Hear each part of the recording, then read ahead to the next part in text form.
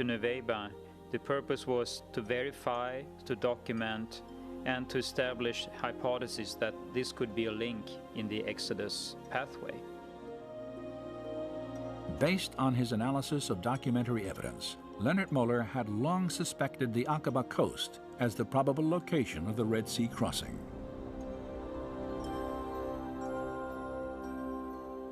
In 1997, he heard reports from other divers who claimed to have found unusual coral structures, some resembling the shapes of chariot wheels. Moeller decided to investigate these claims for himself. The first time I was diving there, of course, we were then looking for possible artifacts. And I had seen on some pictures what we could look for. I was skeptical and excited, because if this is the place for the crossing, then of course that's a big thing. So I was excited about that. But I was also skeptical because 3,500 years, that's a long time. But if Nuweiba is the crossing site, then of course you would expect to find remains of the Egyptian army. Like others who had explored Nuweiba before him, Moeller immediately recognized the difficulty of this search. If we assume that a number of artifacts were spread out on the seabed, sooner or later corals would start to grow on them. And of course, if you have a number of layers of coral growing on something, it's very hard to distinguish the structure that was there from the very beginning. Though the coral complicates any search here, it may have been instrumental in preserving the shapes of ancient artifacts. For coral is a living organism that will not begin to grow on a foundation of sand or silt. Instead, it must first attach itself to a solid object, where it will sometimes conform to the shape of its host. So for instance, if it would grow on a wooden artifact, the wood would normally disappear in the seawaters after a time. But if you have corals growing on the wooden artifact, the coral could have the shape of the wooden artifact. And then the corals would consume the wooden material over periods of time, but still keep the shape of the wooden artifacts. During the course of his explorations, Moeller observed that the pattern of coral growth at Nuweiba differed from other parts of the Gulf.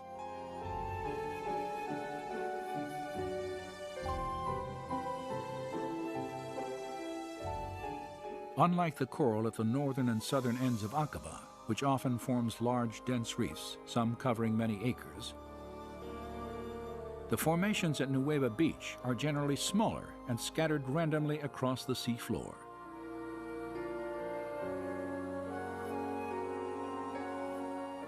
Divers familiar with the area have compared the distribution of coral here to a junkyard and the aftermath of a disaster.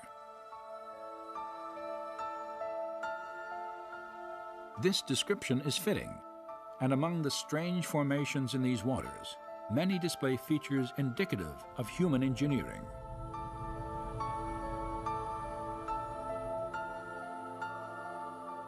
When we dive and when we film at the Nuweiba location, we look for certain structures, and you try to look for 90-degree angles or circular objects, wheel-like structures. So that is what you scan for, so to speak, when you dive.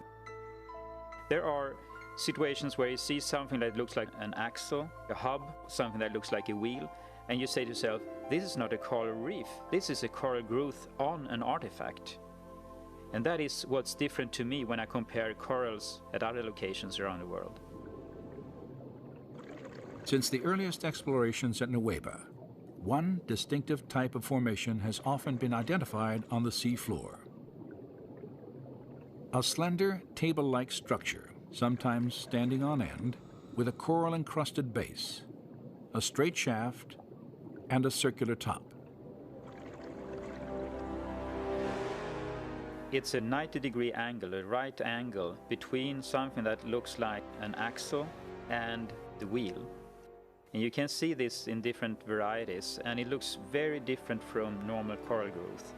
And it is like a man-made structure with a coral growth on it.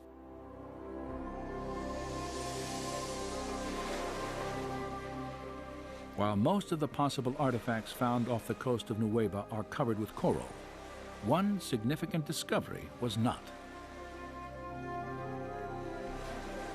There is one find at the Nueva location that is of great interest, and that is the gilded wheel. It is a wooden basic structure of the wheel and is covered with gold, or electrum. It's a mixture of silver and gold, and corals have not been able to grow on it. It's been very well preserved. Although it's very fragile, it seems like the wooden content has been dissolved. So I mean, you could break it if you would try to remove it. After its discovery, the fragile wheel-shaped veneer was photographed, then left in place on the sea floor.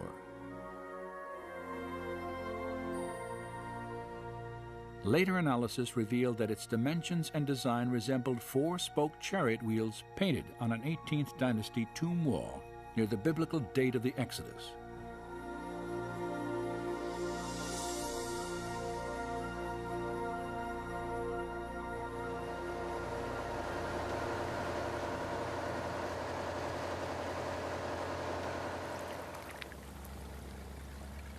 After reviewing photographic evidence and making several dives of his own, Moeller concluded that a more systematic investigation of the Nueva seafloor was warranted.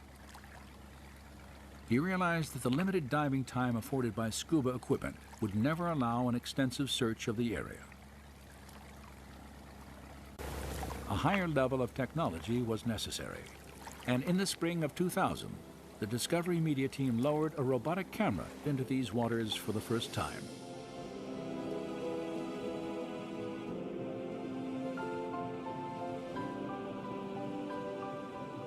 This has never been done. No one have been in the area at all with a remote control camera.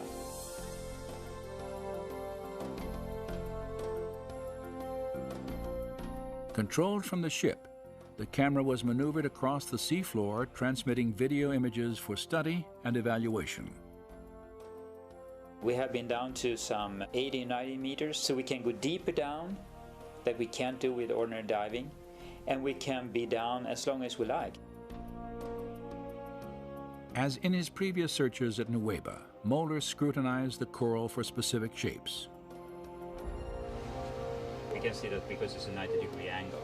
You see at the seabed here, there are some structures that are just a little bit above the surface of the seabed. They have a cross-like appearance, it's 90-degree angles, and there's a hole in the middle. So the hub would be here? Possibly a hub there, yeah. And the wheel would be a circle around. This would be the rim of the wheel here? Yeah. Okay. So this could be a spoke here, possibly? Yeah, possibly a spoke? Yeah. What would the diameter of that rim be? That's a good question, but we would expect it to be about 1 meter, about 3 feet wide. Okay. In diameter.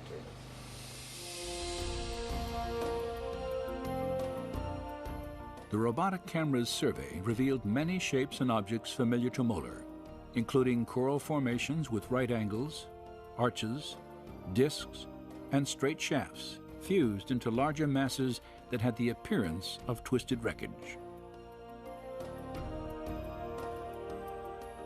Now, when we have been able to go back and forth with the remote control camera, we can repeatedly see that these strange structures we are looking for are there. Not at one place, but you see them again and again and again. And this could be the outer rim of a wheel going around like The that. abundance of these unusual coral structures was even more apparent when tapes of the expedition were carefully scrutinized during the months following the search at Nueva. Perhaps have a wheel here, standing on the seabed. When you sit and look at these films that has been taken by the remote camera, you see all these strange artifacts or coral growth on some artifacts or structures that appear repeatedly, time after time, at different locations at this spot. And you can sit there and think, well, what is this? This doesn't look like normal coral growth. And it is amazing to see that so many things and such large areas down there that are like a man-made structure.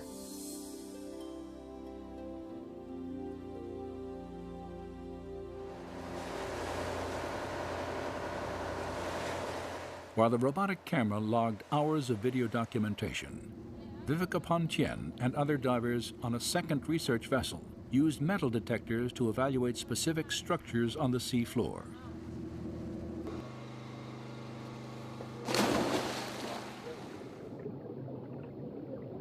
Pontien and her colleagues realized that the wheels of many Egyptian chariots were often reinforced with bronze. They hoped to find evidence of the metal encrusted in coral. A scan of this formation indicated a circular metallic pattern around its edge, perhaps evidence of the broken rim of a chariot wheel.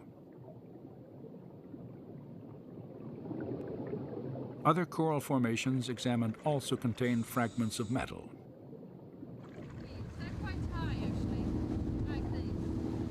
Viveka Pontien's interest in this research was heightened by a discovery she had made 3 years earlier, 8 miles due east of the Nuweiba Peninsula.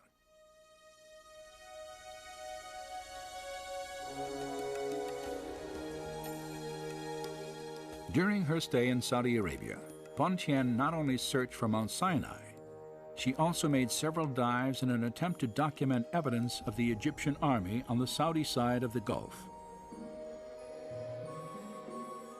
And the Bible tells that Israel saw the Egyptians lying dead on the shore after they came across. So I figured there must be some stuff on the Saudi side. At one spot there is like a very shallow sort of land tongue going out in a straight angle towards Nuweiba. You could tell it by the shift of the color of the water.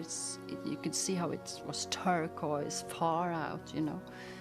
So I thought this would be interesting for exploration, so we did some dives near to that.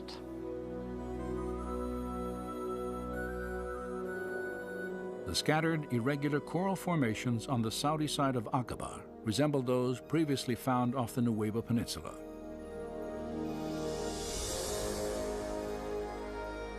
In the midst of them, Pontien photographed this circular object attached to what appears to have been a broken axle or hub. This discovery was significant for 2 reasons. Pontien had documented the coral-encrusted form of a wheel with dimensions similar to ancient Egyptian artifacts directly across from the proposed Nuweiba crossing site. Her find also provided independent confirmation of earlier evidence establishing wheel-like formations on both coasts of the Red Sea, in accordance with descriptions in the biblical record. And the Lord looked down on the Egyptian army, and he made the wheels of their chariots come off.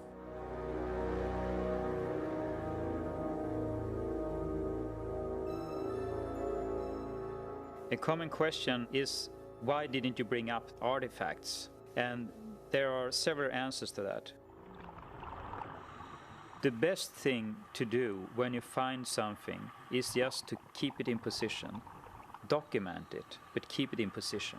It's very easy to destroy anything. And the other thing, it's illegal to remove artifacts, but also you're not allowed to bring up any corals from the Red Sea. While Egyptian environmental laws prohibit removal of any coral for scientific dating and analysis, photographic evidence may provide a link to the time of the Exodus.